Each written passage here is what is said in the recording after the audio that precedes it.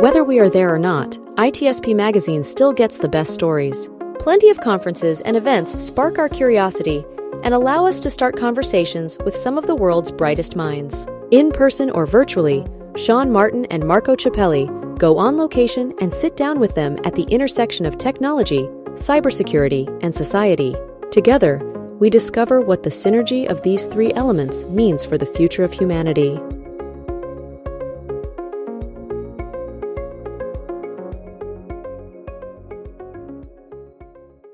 ThreatLocker is a zero-trust endpoint protection platform, providing enterprise-level cybersecurity to organizations globally. With ThreatLocker, you only allow what you need and block everything else, including ransomware. Learn more at threatlocker.com. Did you push record? I think I pressed record as well. Wow, then we're good. Then we're already rolling. We're ready to roll.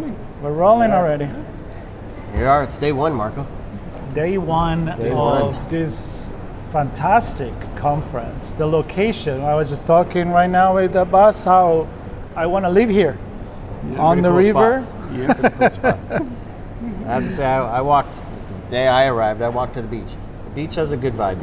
You'd recognize it. It has a very Santa Monica, Venice Beach kind of vibe. Maybe not as nuts and crazy and chaotic, but very cool. Santa Monica without the crazy? That's hard. That's hard to imagine. But okay, sorry, Santa Monica. That's okay. But here we are, not in Santa Monica, in Melbourne, Australia. We are covering this fantastic event so far, and if we're here, it's because of this guy, Abbas. So good to see you. So good to see you. We can thank you for this. Absolutely, my pleasure. I wanted to bring the world here. You know, this is the happening conference of Australia, so glad you guys made it all the way. Very cool spots, and it's always great to see you. And if people check the social posts, we got an extra special gift. Yes, the Tim Tams. All these Tim Tam, favorite of the world. Yes, exactly. And I'm gonna quickly tell my story because I teased it in an earlier post. So that's true. So just very quickly, I don't want to bore everybody, but I was building security management, basically a SIM product for Symantec. I know, it wasn't the SIM. We were building an antivirus we bought from Intel. And there were some challenges with the delivery. And it was the team in Australia that said, this is not going to fly if we let this release like this. And it was with their support and collaboration that we were able to change the mind of the executive team at Symantec to say, we need to hold off, address these issues, and then release it to the world. Best decision ever, thanks to the team here in Australia. Their thanks to us back in Santa Monica was boxes and boxes and boxes of Tim Tams. Tim Tam. That's a story of Tim Tam. So for months I was eating, and the team was eating Tim Tams in the office. It was fantastic. So I have a special place in my heart for the Tim Tam, the Aussie, the Aussie team, and then the Tim Tam was a bonus. Absolutely. So just same as you, a special affiliation and connection with you, Tim Tam was a bonus. So that's my short story anyway. That's a great story. But it's fun. It's good to be here, and a lot of smart people, a lot of good things taking place here in Australia. Thus far, for me, it's been a lot about user awareness, the human elements, and understanding how not just that we have our own responsibility, but how do we actually connect with people to drive better outcomes in our security programs and our privacy programs. And I don't know, Marco, what do you think? I am just excited to be here, and I want to hear what Abbas has to say, because you've been involved with the association here, the AISA, for a while. And so we just had a conversation with Jinan Budge from Forrester on how she was member number 71 or 77. She wasn't remembering exactly which one was. And I think you've been involved with them for a long time. So tell us how this event grow over the year and the association itself. Absolutely. So I remember very well 11 years back when I moved here, and I was looking to join some society or association, and this one came to be one of the best one.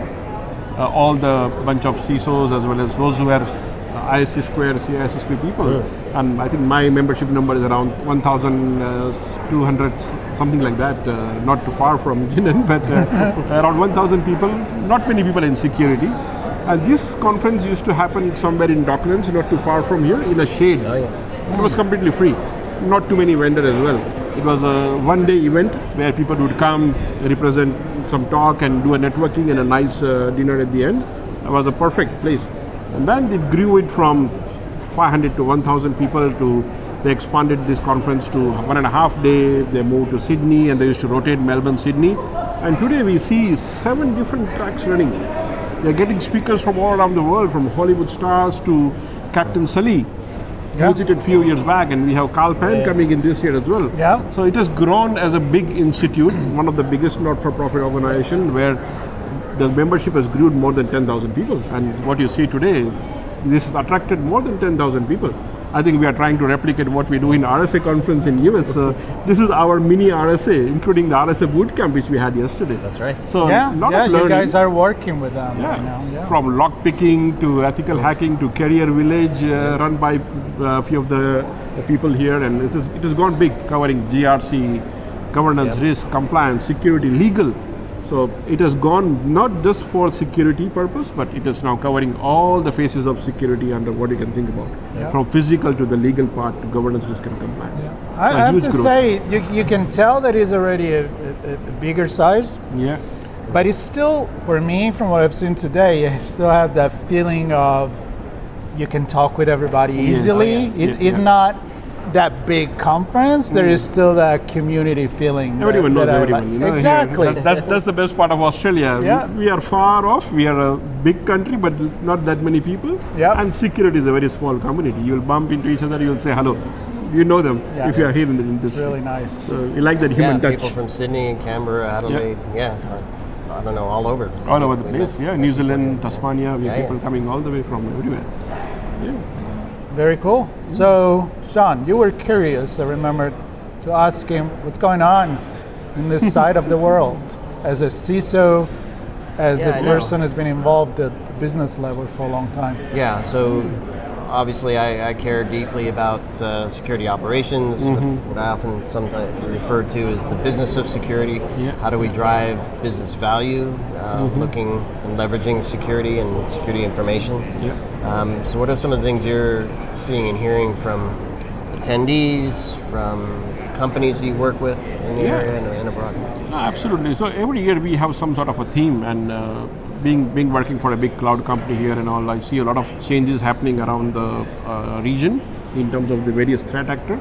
So I want to share in terms of what are the various threats we see in Asia and Australia as compared to what we see in other part of the world. Here the ransomware is still one of the biggest threat what we see in this part of the world as well. We are seeing the concerns from the CISO is, apart from the ransomware, what we see is concern about the AI. Everyone's talking about AI, Gen AI. And the challenge they have right now is every employee wants to try the AI. But companies are not fully prepared to embrace this. And the main reason is the data. AI loves data. Gen AI loves data. And if you haven't done your homework in terms of securing your data, in terms of governance, your classification, if you haven't done the right access control on your SharePoint in terms of who access what, AI is going to go and detect everything and answer you everything. If you ask them, what's my CEO strategy or where is the confidential data, it's going to come up. Which is the topmost concern today for the CISO in this part of the world. They need to do the basic hygiene of security first. That's what I see here people are talking about. I mean, every vendor is saying AI is the biggest thing, right? So is the DPA is a recent act, right? The Data Protection Act, is that correct? Data Protection, Data Privacy Act has been there for a while, and now very soon we'll be seeing more legislation coming up on AI as well, usage of AI and all. And being deeply involved in the cloud as well, for years I've heard rumblings of sovereignty. And we just spoke with an organization on the show floor from the UK talking about connections with Australia and the UK and relationships of a sovereign nature. Maybe technology not physically on Australian soil, but in connection with a friendly country. your view on sovereignty and kind of where that sits in relation to Australia specifically, and maybe other things you see there too. No, absolutely. When it comes to data sovereignty, government and defense are very particular, and that's the reason all the big cloud vendors have multiple data centers here. We see data centers specifically designed for these kind of customers who wants to make sure that data is on the soil. So similar to GDPR, of course, we also have the customers who are very much working in a multinational kind of environment, and when it comes to keeping the data or the cloud services, there are specialized organization or data center provider who design their control so that data can be here. Similar to Microsoft as well. I mean, they have multiple data center, one dedicated for federal and defense as well. So it is a thing, but from the private sector point of view, they are not too much particular because they get the service mostly available here in the region, apart from some service which are being delivered from a larger data center from the countries like US and all. But I'm thinking, just in your AI example, like a ChatGPT. Yeah. I don't know, is that considered sovereign? No, it's not. Yeah, it's not, because right now it's more of an open thing, right? Not much visibility, and that's why you will see some of the vendors on the floor who are providing that kind of a solution which can do the governance part on the publicly available AI like Gemini or name it, or ChatGPT name it, or many hundreds of them we are seeing every day. Yeah. So that's one of the concerns which CISO has today. Yeah, absolutely. Yeah. You know, one of the things I always wonder, and I bring this up a lot, is like legal and government, of course, getting involved, some less, some more, depending where you are, which side of the Pacific or which side of the world. But then there are companies like Microsoft, Amazon, and all of that they're like international company. And then there is the smaller business that use your clouds, their clouds. Kind of my brain exploded at that point because how do you silo regulation for one country, but at the same time, then the data comes from all over the world? I mean, is there a secret formula? No, not secret formula. So customer have a choice. I'm sure you know how cloud operates, or whenever they fire up a cloud service, the option has been given to them. Where do you want this service to be hosted? You can pick and choose. Of course, if you host it in the US, it's much cheaper for them. If you host it in Australia, if you select Australia as an option, Australia East, Australia West, whatever, there's a plus minus variation because of the dollar value and all, but you have an option. So the option is being given directly to the end user itself. You pick and choose. If you don't have that service running within the country, we qualify that saying that this service is available or being served to you from Singapore or from the larger regions such as US, but not from Australia. But data, you can keep it here. Services offered from there, but data you can keep it here because your tenant is where you define your tenant is. So they have the freedom to do that independently from where you are located. Okay. I think all big cloud provider provides you that option and gives the onus back on the end user, and you pick and choose where you want to keep the data. Yeah. In the US, many states. Some states have privacy laws. There's no national privacy law in the US. There is in Europe. California, for example. Right, California. What's the state of affairs in Australia? Does each state operate differently, or is it a national? From the Australia Signal Directorate point of view, and from the national point of view, we have frameworks like IRAP. We have frameworks like Essential 8, which most of the organizations, small, medium, and large, especially in the federal and local government, they all follow that. There are a few specific requirements for industry as well and for local government. For example, Victoria has something called VPDSS, Victoria Public, some full form directory services or policy services. So some states have their specific requirement for that particular state. Okay. New South Wales have a specific requirement for their government institutes. Victoria has something like that, and other states may have it. But they all, at the end of the day, follow the national one, which is IRAP, which is the single certification for anyone who wants to operate in that area. They get audited as well, they get certified as well, so you can certify your data center or a service against IRAP, which is a detailed set of requirement derived from frameworks such as NIST 853 or NIST CSF. It is derived from there, but we have localized that version in the country as well. And so what does that mean? I'm thinking in terms of policy and controls and audit. is the national like the strictest level, and then there's just who you report it to at the state level? Absolutely. So I used to work for Victoria government before joining KPMG or Microsoft, and we used to get audited by a body called VAGO, Victoria Auditor General Office, which is specifically to Victoria, which is Melbourne as a city and Victoria as a state. So they would come and audit us and make sure our controls are in alignment with their requirement. Similarly, New South Wales also have something similar, which local council have to abide with. Got it. So there are local level, but at the country level, we have Essential 8 and things like for FSI industry, we have something called APRA, Australia Prudential Financial Security, or APRA CPS 234, and there are quite a few couple of other standards from APRA, FSI point of view. Healthcare also have, for example, Victoria or Australia have a specific requirement for healthcare, especially if they are using the cloud services. So there are many such small versions of it, but at a bigger level, it's all Essential 8 and Australia Signal Directorate or IRAP requirement which they can follow. So it's all soup. You just pick you have different flavors of soup. Yeah, then you absolutely. Listen, I want to do a little flashback because you know we're missing a part. In 2019, we had another escalator on this side, and we were in Singapore, not here, but we kind of want to recreate that feeling, because that's when we met you, thanks to Diana Kelly. Hi, Diana. Hi, Diana. Good to see you here. Shout out to you. You're amazing. And so I want to go back to, I think we had kind of a similar conversation asking you, what you see in the region. That was 5 years ago. Lot happened. A lot happened. Did you predict something that didn't happen back then, or something unexpected that you see maybe throughout the pandemic that kind of changed the course of what cybersecurity has been going? Two things have surprised me since our last talk. First one is on a zero trust. After pandemic, zero trust concept, which was again Jinan must have spoken to you from Forrester. That's a gift from Forrester. That zero trust. Dr. Chase Cunningham, as we call it, Dr. Zero Trust, gave it to the industry. So zero trust has taken a bit of a market in terms of, everyone talks about how can you apply those principles of zero trust. That was one which I never thought people would think about working from home, and it could become a norm as such. Although when I joined 2018 in Microsoft, I was a home employee from the day one.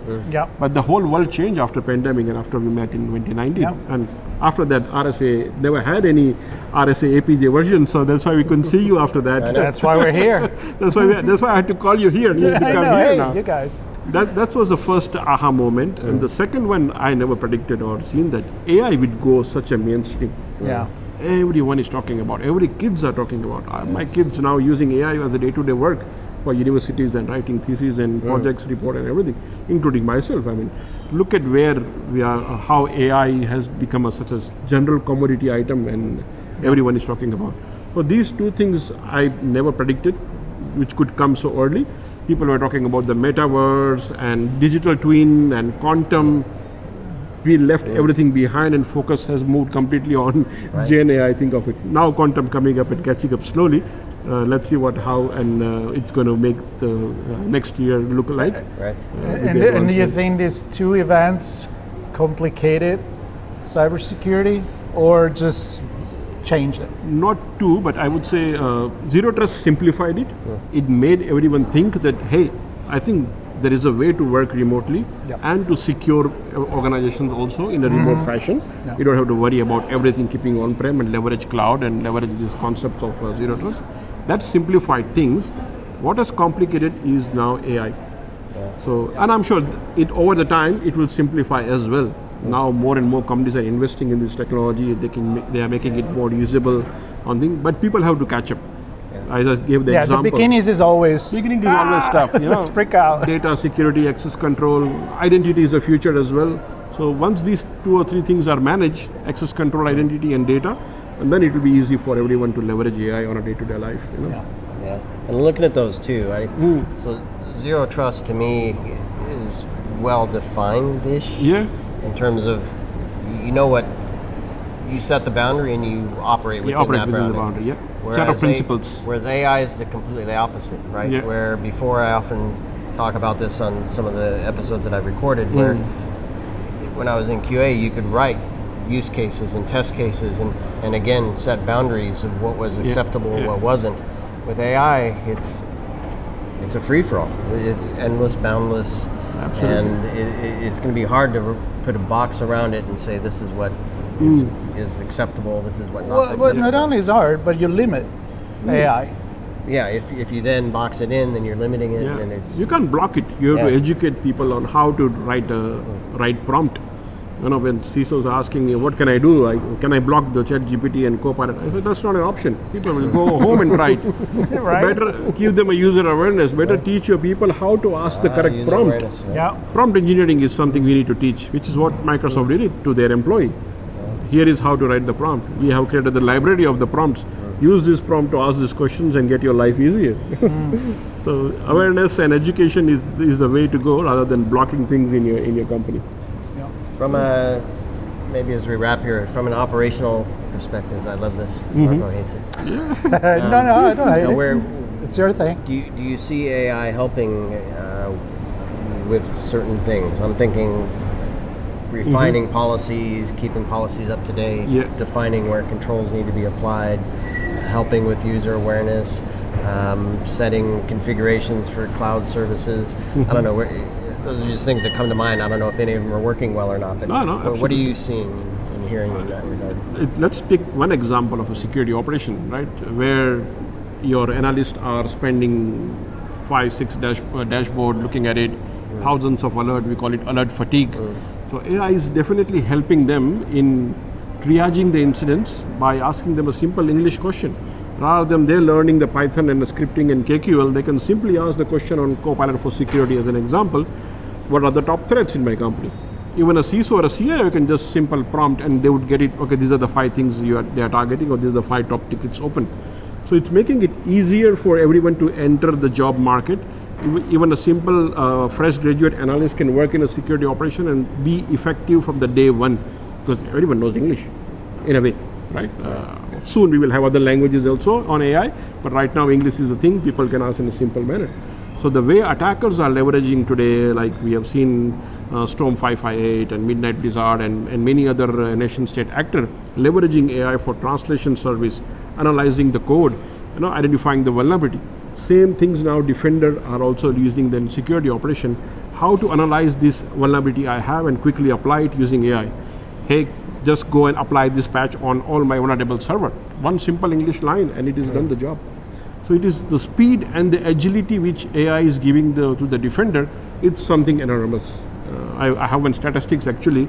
It takes how much? Less than 72 minutes for an attacker to come inside your network and get out. Less than 60 minutes, as a matter of fact, time is reducing. So we need Defender to also apply this and controls all this attack within 60 minutes. If it is more than that, you are losing. So we need to be par or be better than the attacker in that space, and only way to do it is leveraging AI within the operation center. And the bottom line, you can't stop it. It's like saying you're not going to get phished if you don't use email. Well, that's not going to happen.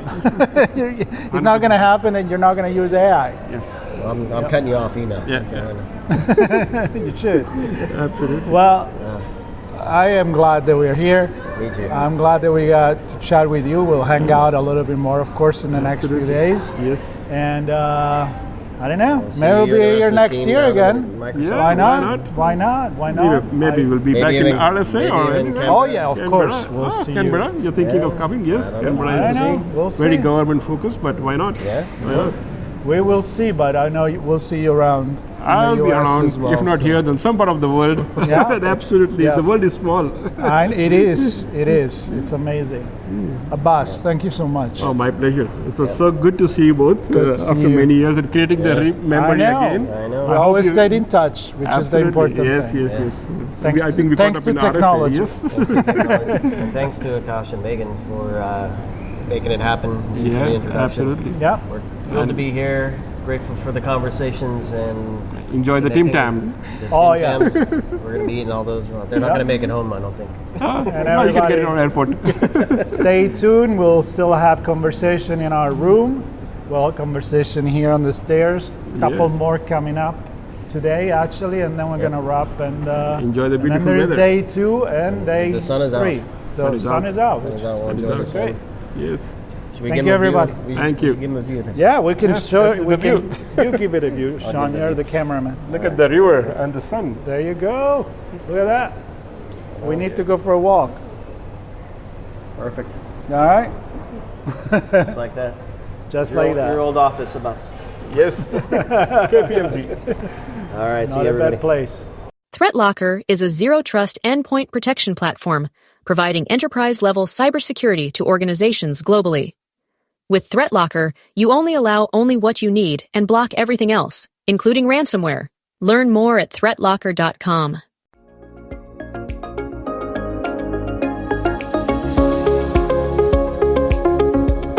We hope you enjoyed this episode of Sean and Marco's on-location event coverage conversations. Please take a moment to give the show a good rating and leave a comment.